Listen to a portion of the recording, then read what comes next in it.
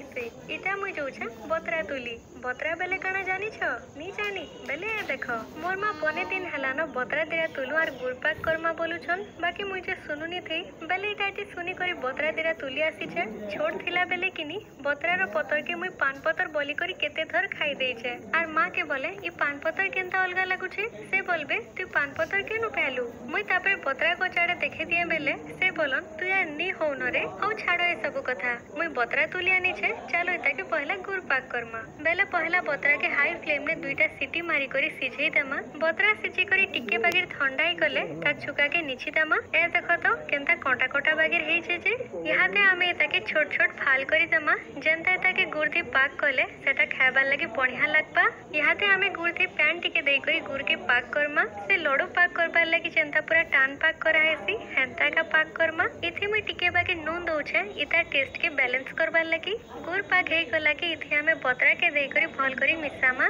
बतरा के देई सारला के इनु पैन बाहरी आसबा आ इता के गरम गरम का खायबार लागि पड़मा